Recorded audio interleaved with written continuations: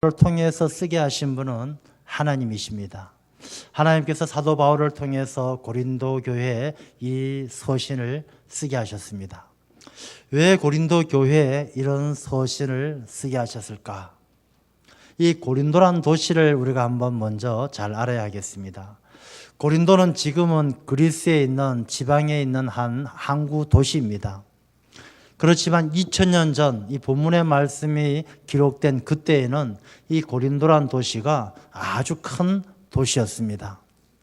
그 당시는 지금처럼 이렇게 항공이라든지 교통이 발달하지 않았기 때문에 이 바다에 접해 있던 고린도가 교통의 요충지였기 때문에 무역업이 굉장히 활성화되어 있었습니다. 무역을 하기 위해서 온 세계 사람들이 모여드는 이 고린도는 큰 도시를 이루었고 또 많은 사람들이 모여들다 보니까 그들이 섬기는 우상들을 다 가지고 와서 신전을 만들고 그야말로 고린도는 우상을 섬기는 우상의 도시였습니다. 그 중에 가장 큰 우상을 섬기는 신전이 아프로디테 여신을 섬기는 신전이었습니다.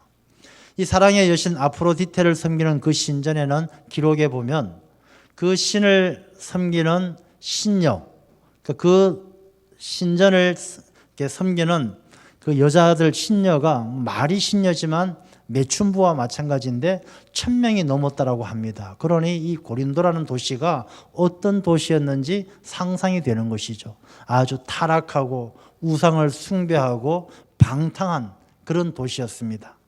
그래서 고린디아 조마이 이런 말이 있는데 이 고린디아 조마이란 말은 고린도 사람 같다 이런 뜻입니다. 사람이 타락하고 방탕하고 음란한 사람을 또 고린도 사람 같다라고 이야기할 정도로 이 고린도란 도시가 아주 타락한 도시였습니다. 이곳을 사도 바울이 2차 선교 여행을 하는 도중에 이곳에 방문하게 되었고 거기에서 아굴라와 브리스길라의 도움을 통해서 고린도 교회를 세우게 됩니다. 이 사도 바울은 고린도 교회를 세우고 나서 아볼로에게 그 교회 사역을 맡기고 사도 바울은 다시 선교 여행을 떠나게 되죠. 사도 바울이 3차 선교 여행 중에 고린도 교회에 대한 소문을 들었어요. 이 고린도 교회에 대한 소문을 들었는데 이 고린도 교회의 소문이 안 좋은 소문입니다. 교회 안에서 일어날 수 있는 모든 문제가 고린도 교회에 다 있었던 것이죠. 이단의 문제, 서로 다투고 싸우는 분열의 문제. 그래서 이 고린도 전서를 통해서 보게 되면 고린도 교회에 파가 다 나누어져 있죠. 아볼로 파다, 게바 파다, 바울이다, 그리스도 파다 다 나누어져서 서로 자기들이 지혜롭고 자기들 말이 맞다라고 다툼과 분열이 계속 되어지는 그런 교회 이야기를 사도 바울은 듣고 너무나 안타까운 마음으로 기도하는 중에 하나님께서 이 말씀을 통해서 이 고린도 전서 후서를 통해서 고린도 교회에 권면하게 하셨던 것입니다. 이 교회 안에는 별의별 사람들이 다 있죠. 사람들이 모여 있다 보니까 생각도 다르고 살아가는 삶의 방식도 다르고 신앙도 다 다릅니다. 고린도 교회만 그런 것이 아니라 오늘날의 교회도 마찬가지입니다. 이 교회 안에 많은 분들이 계시지만 저마다 생각이 다르고 살아가는 방식이 다 다르고 신앙생활을 하는 것도 다 달라요.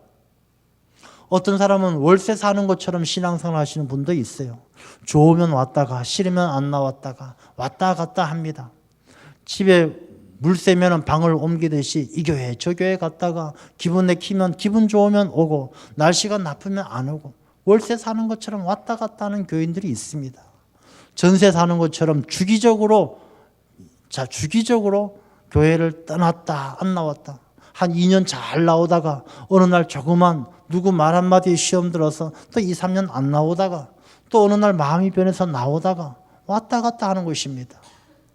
이 교회를 자기 집처럼 맨날 오시는 분들 가운데에도 많은 분들이 계셔요. 어떤 분들은 이 교회에 탐사로 오시는 분이 계셔요. 무슨 탐사냐? 시비거리가 있나 없나 탐사로 오는 거예요. 여기 교회 와서 무슨 문제가 있나 없나, 목사님 설교 잘하나 못하나, 찬양대 찬양 잘하나 못하나 그것만 살피는 분도 계셔요. 어떤 분은 공작새처럼 교회만 오면 날개를 활짝 펴고 자기 자랑하기 바빠요. 지난주에 말이지 우리 손주가 어쨌는데, 지난주에 사업을 했는데 어쨌는데, 성공했는데, 많이 벌었는데, 자기 자랑만 하고. 이 사람들 다 저마다 모여서 자기 자랑, 자기 생각, 자기 방식대로 살다 보니까 이 교회가 시끄럽고 다툼과 분열이 그치지를 않는 거예요. 이 고린도 교회에 있었던 그 문제가 비단 고린도 교회뿐만 아니라 오늘날의 많은 교회가 가지고 있는 문제이기도 한 것입니다. 그래서 사도 바울이 오늘 본문의 말씀을 통해서 고린도 교회에 권면하는 그 말씀이 하나님께서 이 고린도 전서를 통해서 우리에게도 주시는 말씀인 줄로 믿습니다. 이 말씀을 보면서 믿음의 공동체, 이 교회는 어떻게 해야 하나님을 기쁘게 하고 하나님의 영광을 드러낼 수 있을까? 이 말씀은 우리에게 가르쳐주고 있는데 한번 살펴보겠습니다. 먼저 이 교회란 곳은요, 하나님께서 똑똑하고 능력 있고 집안 좋은 사람들, 공부 많이 한 사람들을 골라서 불러 모으신 곳이 아닙니다. 26절 말씀을 보게 되면은 형제들아 너희를 부르심을 보라. 하나님께서 부르셨는데 어떤 사람을 불렀느냐? 육체를 따라 지혜로운 자가 많지 아니하며 능한 자가 많지 아니하며 문벌 좋은 자가 많지 아니하도다. 육체를 따라 지혜로운 자가 많지 않다는 것입니다. 하나님께서 부르신 자들 가운데 하나님께서 야, 너 참 지혜롭구나. 너 아는 게 많구나. 교회 와서 내일 좀 해라. 하나님께서 지혜로운 자를 불러 모으신 것이 아니란 것입니다. 성경 말씀을 통해서도 보게 되면 예수님이 12제자를 부르실 때에 지혜롭고 공부 많이 한 사람들 불렀습니까? 그렇지 않아요. 갈릴리 바닷가에서 그 힘들고 어렵게 사는 어부들, 그 가운데에서도 늘 사모하는 마음으로 메시아를 고대하며 기다렸던 그런 사람들을 하나님께서 부르셔서 쓰시는 것이지 학식 많고 지혜로운 자를 불러서 쓰시는 것이 아니었다는 것입니다. 그래서 하나님께서 부르시는 자들은요, 지혜롭고 학식 많고 똑똑한 사람 부르는 것이 아닌데 이 교회 안에 와서 마치 자기가 똑똑해서 하나님이 부르신 줄로 알고 자기가 많이 배워서 하나님이 부르신 줄 알고 자랑거리로 삼고 잘난 척해서 하나님의 몸된 교회, 주님의 몸된 교회를 어지럽히는 사람들이 있다는 것입니다. 너희들 육체를 따라 지혜로운 자들도 아닌데 왜 지혜로운 척 하느냐 하는 것이죠. 능한 자가 많지 아니하며, 능한 자가 없는데, 능하다는 것은 세상살이에 능한 것이죠. 처세에 능한 것입니다.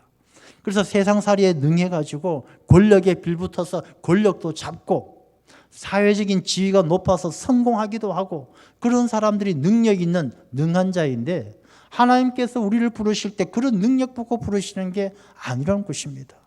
하나님이 우리를 권력이 있어서 우리를 부르십니까? 우리가 사회적으로 성공해서 부르십니까? 그렇지 않습니다.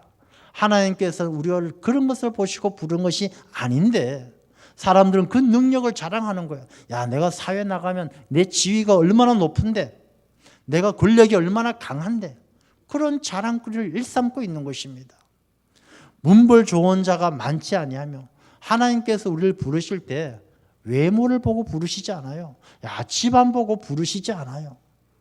집안 보고 부르신 것도 아니고 외모 보고 부르신 것도 아닌데 이 문벌 좋은 걸 자랑해요. 내가 서울대 출신인데, 내가 우리 집안이 어떤 집안인데, 우리 집안의 장관이 몇 명인데 자랑거리를 삼는 것입니다. 하나님께서 우리를 부르신 것은요, 지혜 때문에 부르신 것도 아니고 우리가 능력이 있어 부르신 것도 아니고 우리 집안이 좋아서 부르신 것도 아니고 왜 하나님이 우리를 부르셨느냐? 전적인 하나님의 은혜인 줄로 믿습니다. 하나님의 은혜가 있었기 때문에 우리가 이 자리에 나왔지, 여러분이나 저나 집안 좋아서 뭐 배운 게 많아서 우리가 능력이 있어서 하나님께서 부르셨습니까? 하나님께서 우리의 심령을 붙들어 주시고 내 영혼, 천하보다 귀한 내 영혼을 불러주셔서 하나님을 바라보게 하시고 아버지의 집에 불러주신 것은 전적으로 하나님의 은혜인 줄로 믿습니다. 그런데 이 고린도 교회의 교인들은 그 하나님의 은혜를 잊어버리고 있는 것입니다. 왜 잊어버렸느냐?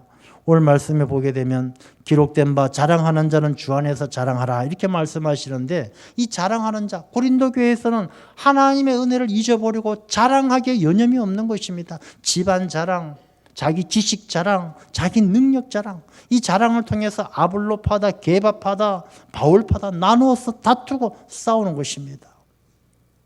여러분, 자랑은 어디에서 오느냐 하면 이 사람들의 마음속에 교만에서 오는 것입니다. 이 교만해서 내 마음에서 자랑거리를 통해서 내가 인정받고 높임받고 대접받고 그러려고 자랑하는 것입니다. 세상 사람들 살아가는 거 보면 다 자랑거리 투성이에요.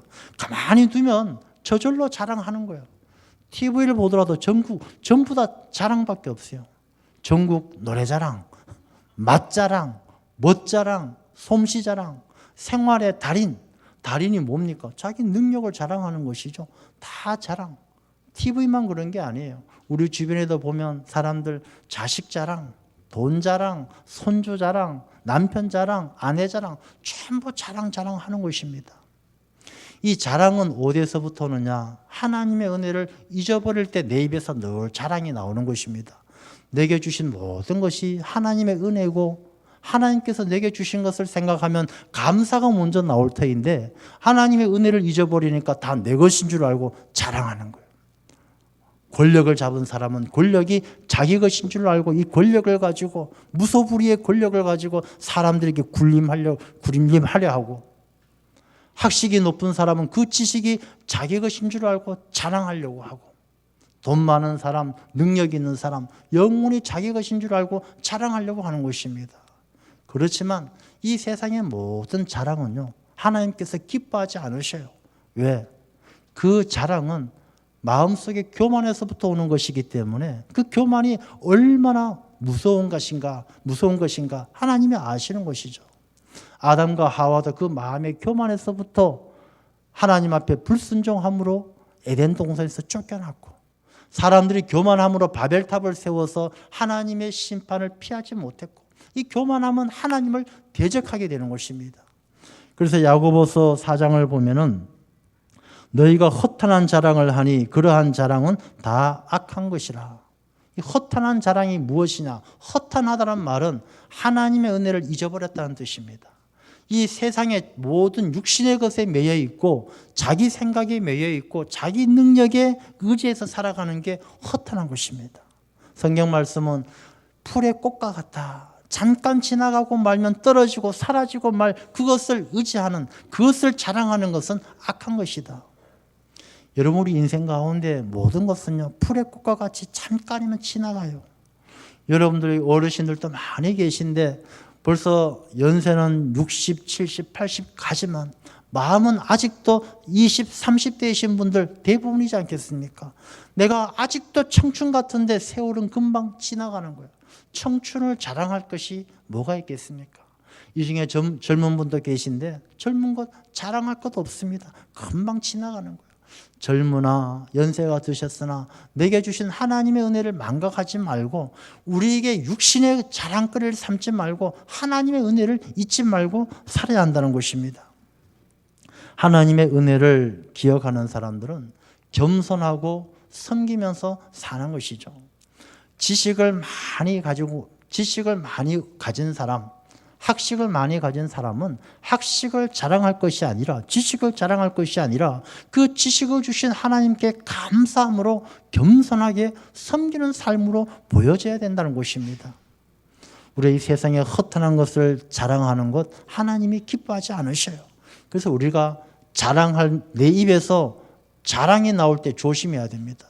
야, 내가 어떻게 했는데, 내가 얼마나 힘썼는데, 내가 해냈는데, 내 입에서 자랑이 나올 때 뭘 조심해야 되느냐?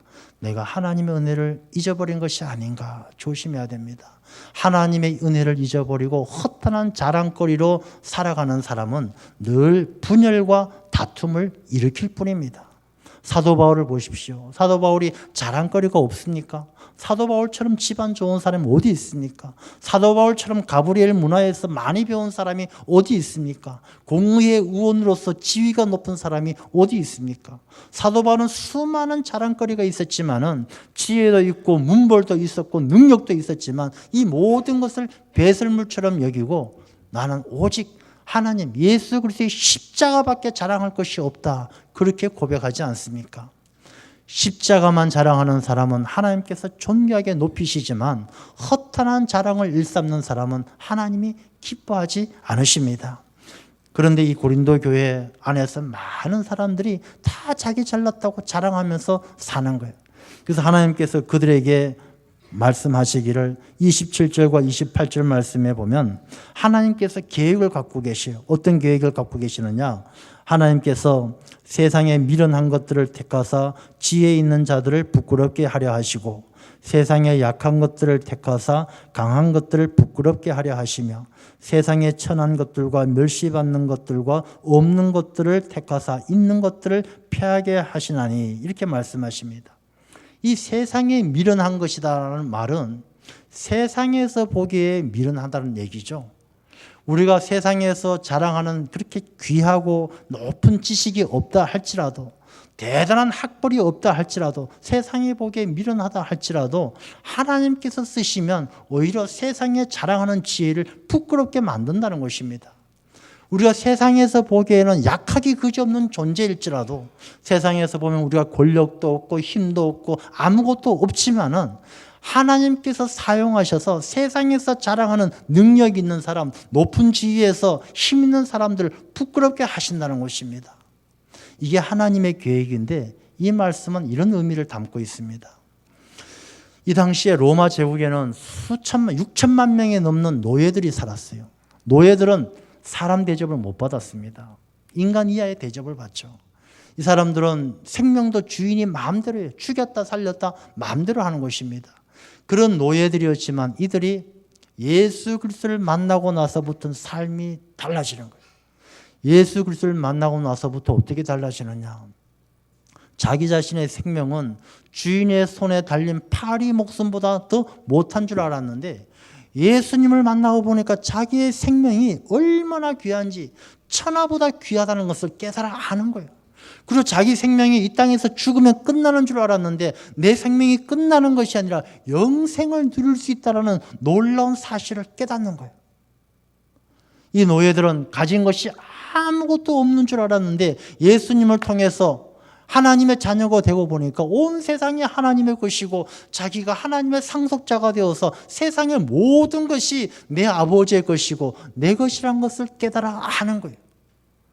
그 하찮은 종들이 세상에 많이 가진 사람들보다 세상에 힘 있고 능력 있고 많이 배운 사람들보다 이 노예들이 예수님을 만나고 나서 변화된 삶이 훨씬 더 행복하고 훨씬 더 멋진 삶을 살아가므로 이 세상에 사는 모든 사람들, 세상의 지혜를 가진 자, 세상의 힘을 가진 자들을 부끄럽게 하는 것입니다.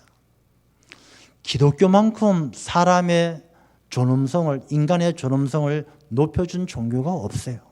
세상에 많은 종교들이 있지만 그 종교들은 그냥 빌고 비는 우상 앞에 빌고 비는 것밖에 없어요. 사람의 가치를 저 낮고 낮은 비천한 존재를 이렇게 존귀한 존재로 높여주는 것. 그것은 기독교 예수 그리스도밖에 없다는 것입니다. 예수님께서 우리를 어떻게 이렇게 존귀하게 높이셔서 세상을 부끄럽게 하시느냐. 우리가 30절 말씀을 보게 되면은 너희는 하나님으로부터 나서 그리스도 예수 안에 있고 예수는 하나님으로부터 나와서 우리에게 지혜와 의로움과 거룩함과 구원함이 되셨나니. 예수님께서 우리에게 지혜와 의로움과 거룩함과 구원이 되셨기 때문에 세상에서 자랑하는 어떤 지혜와 문벌과 능력보다도 비교할 수 없도록 하나님의 자녀가 되는 그 귀한 권세를 통해서 세상을 부끄럽게 한다는 것입니다.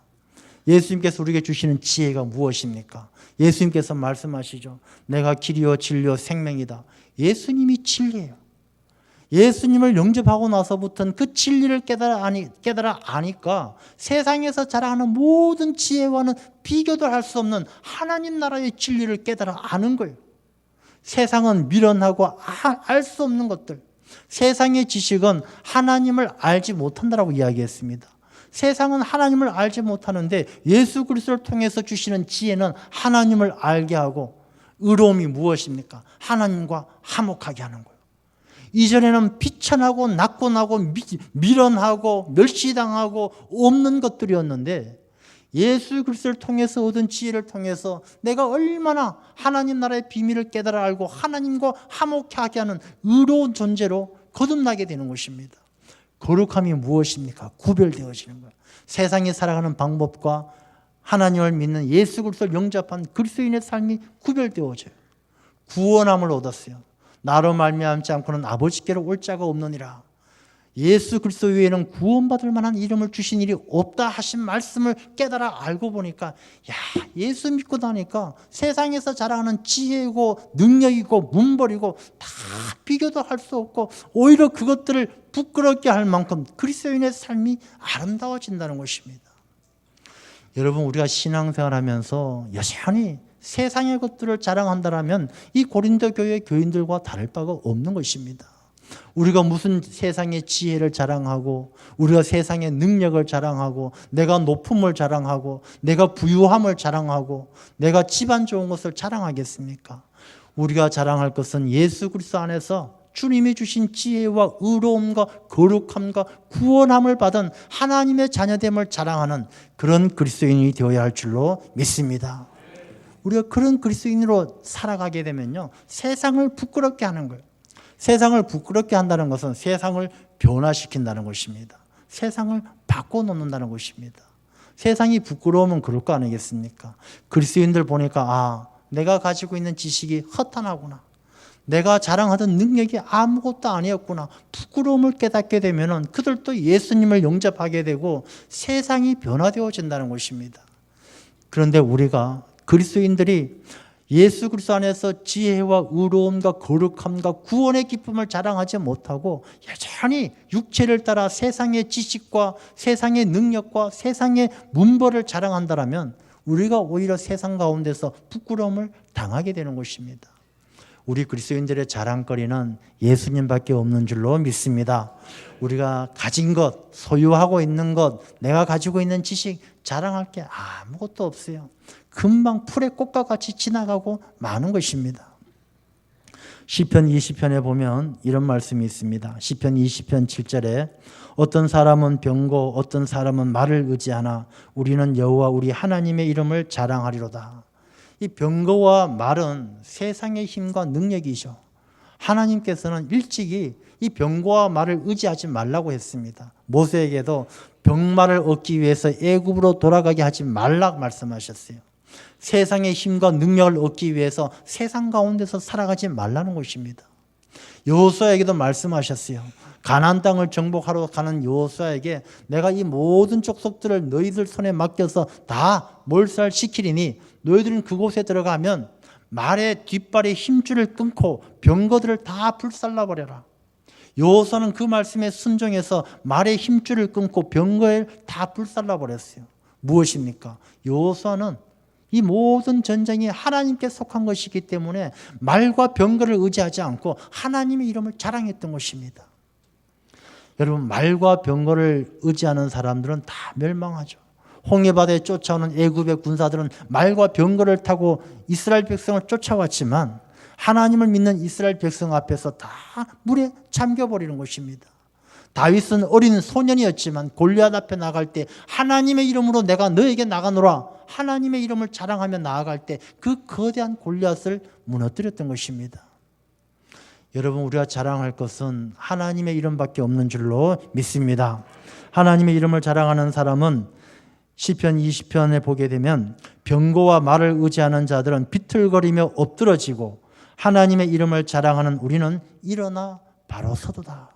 하나님의 이름을 자랑하는 사람, 세상의 자랑거리를 다 말과 병거를 의지하는 사람, 세상의 자랑거리를 의지하는 사람은 비틀거리면서 쓰러지지만 하나님의 이름을 자랑하는 사람은 하나님께서 넘어지지 않고 바로 세워주셔서 세상을 승리하게 하실 줄로 믿습니다. 하나님이 대신 싸워주시는 거예요.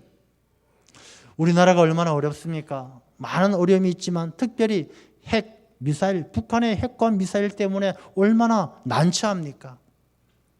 주변에 있는 강대국들이요, 다 자국의 이익을 위해서 우리를 돕는 척할 뿐이지 어느 누가 하나 이 문제를 명쾌하게 해결해 줄 수 있는 그런 나라, 그런 사람이 없다는 것입니다. 핵과 미사일을 이기기 위해서 우리나라도 핵을 개발하고 미사일을 개발해야 되겠습니까? 아닙니다. 이 말과 병거를 의지하는 사람들은 다 비틀거리면서 쓰러지게 되는 거예요. 같이 죽게 되는 거예요. 그렇지만 하나님의 이름을 자랑하는 사람, 여러분, 우리가 이 어려운 시대를 살아간다 하면서 우리 그리스도인들이 정말로 하나님 앞에 뜨겁게 기도하고 하나님의 이름을 자랑하고 하나님에게 모든 것을 맡기며 눈물로 기도합니까? 우리가 하나님의 이름을 자랑하지 못하고 있는 거예요. 여러분들, 우리에겐 기도가 회복되어져야 될 때라는 것입니다. 하나님의 이름을 자랑해야 될 때라는 바로 그때가 오늘이라는 것입니다.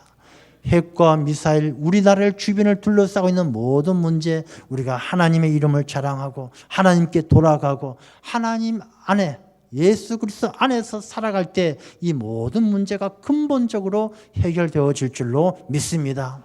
이 어려움은요, 하나님께서 우리를 부르시는 소리예요. 더 가까이 하나님 앞에, 더욱더 하나님 앞에 철저하게 내 자신을 내려놓고 세상의 자랑거리를 의지하지 말고 하나님의 이름만, 예수 그리스도 안에서 자랑할 수 있는 믿음의 삶을 요구하고 계시는 것입니다. 하나님께서는 이러한 말씀을 통해서 고린도 교회 교인들이요, 주 안에서 자랑하라라는 말씀은 겸손하라는 것이죠. 이 모든 것이 하나님의 은혜고 주님의 능력인데 무엇을 자랑거리로 삼느냐? 너희들이 겸손하고 자기 자신의 허리를 동이고 서로 섬기는 그런 하나님의 백성들이 되어라 라는 말씀을 권면하고 있는 것입니다. 여러분, 우리가 야고보서 1장을 보면 이런 말씀이 있죠. 낮은 형제는 자기의 높음을 자랑하고 부한 형제는 자기의 낮아짐을 자랑할지니라. 이 말씀이 바로 우리 성도들의 삶이에요. 낮은 형제는 자기의 높음을 자랑하라는 것은 내가 낮은 사람이에요. 가진 것도 없고 힘도 없고 낮은 사람이에요. 그렇지만 하나님께서 높여주셨어요. 하나님의 자녀로 삼으셨고 기도마다 응답해 주시고 우리를 존귀한 자로 높여주셨어요. 그러니 우리가 자랑할 게 무엇이겠습니까? 나는 하나님의 은혜를 입은 사람이다. 하나님의 자녀가 되었다. 하나님으로 인해서 높아진 것을 자랑해야 되죠. 부한 자는 자기의 낮아짐을 자랑할지니, 가진 것이 많고 힘 있는 사람은 내가 원래는 낮은 사람이었는데 아무것도 가진 것이 없고 자격이 없는 사람인데 하나님께서 이 모든 복을 더해 주셨다.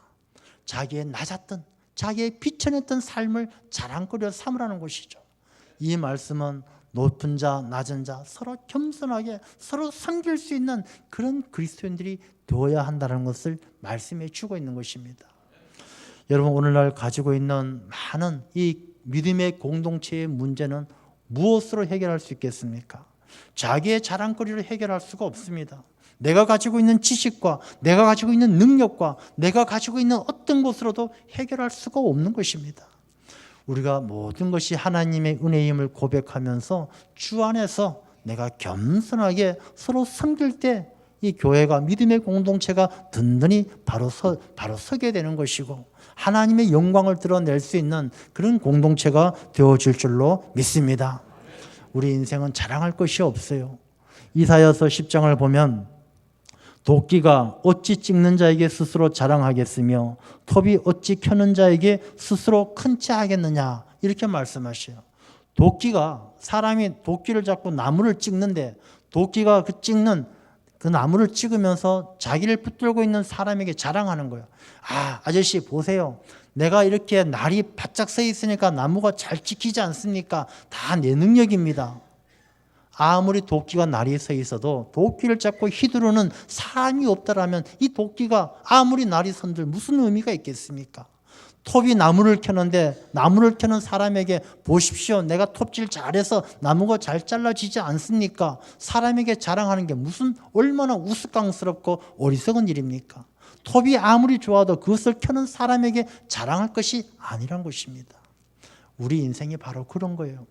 여러분, 내가 아무리 지식을 가진다 한들 그 지식을 가지게 하는 하나님의 은혜가 없다라면, 하나님께서 내게 주신 지능과 하나님께서 내게 주신 시간과 하나님께서 내게 주신 건강이 없다라면 어찌 그것이 나의 지식이 될 수가 있으며, 내가 아무리 사업을 잘해서 돈을 많이 번다 한들 하나님께서 내게 건강을 주시고 내게 사업을 할 수 있는 지혜를 주지 않으셨다라면 어찌 그것을 감당할 수가 있겠습니까?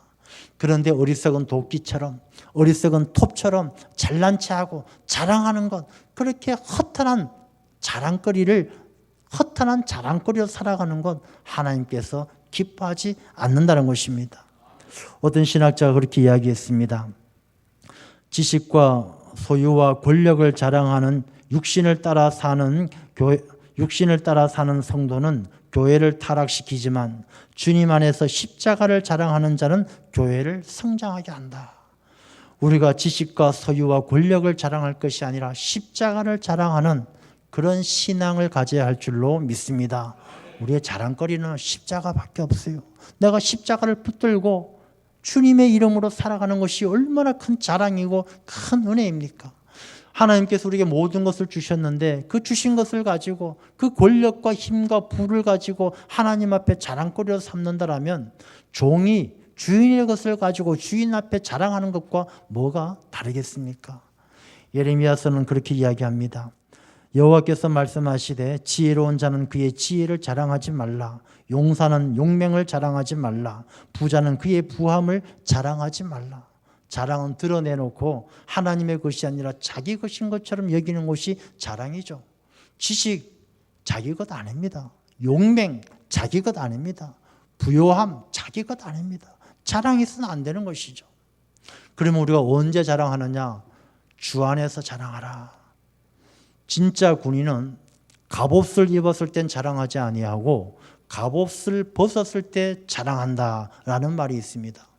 여러분, 진짜 군인은요, 갑옷을 입고 싸울 때 야, 오늘 승리했다라고 자랑하면서 사는 것, 그건 진짜 군인이 아니란 것입니다. 진짜 군인은 오늘 싸웠다 이겼다 할지라도 내일이면 또 칠 수도 있고 또 내일 이겼다 하더라도 모레 질 수가 있기 때문에 전쟁이 완전히 끝나기 전까지는 자기가 이겼다라고 자랑거리로 삼아서는 안 된다는 것입니다. 전쟁이 다 끝나고 갑옷을 벗었을 때 우리가 승리했다 기뻐해야 한다는 것입니다. 여러분, 우리 인생이 마찬가지입니다. 우리가 이 세상을 살아가는 것은 갑옷을 입고 살아가는 그 시간과 똑같습니다. 우리는 언제나 영적 전쟁 가운데 있고 선한 싸움을 싸우고 있는 바로 그러한 때이죠. 이 세상을 살아가면서 내가 자랑할 것이 뭐가 있겠습니까? 건강 자랑하더라도, 지식 자랑하더라도, 부귀영화 자랑하더라도 일장춘몽이고 풀의 꽃과 같이 하루가 지나가면 다 사라지고 말 것들 자랑할 것이 아니란 것입니다. 우리가 이 세상의 모든 삶을 다 살고 주님께서 다시 오시는 그때에 주님 앞에 우리의 이 세상의 갑옷을 벗어서 내려놓을 때 선한 싸움을 다 싸우고 믿음을 지켜서 의의 면류관을 받을 때 칭찬받고 인정받을 수 있는 자랑스러운 그리스도인의 삶을 우리가 살아내어야 할 줄로 믿습니다. 세상의 것들로 자랑거리 삼지 말고 우리가 하나님의 은혜를 잊지 말고 우리가 주 안에서 자랑하며 예수 그리스도의 이름을 자랑하고 하나님의 이름을 자랑하며 세상을 이기는 복되고 귀한 삶이 되시기를 주님의 이름으로 축원합니다. 기도하겠습니다.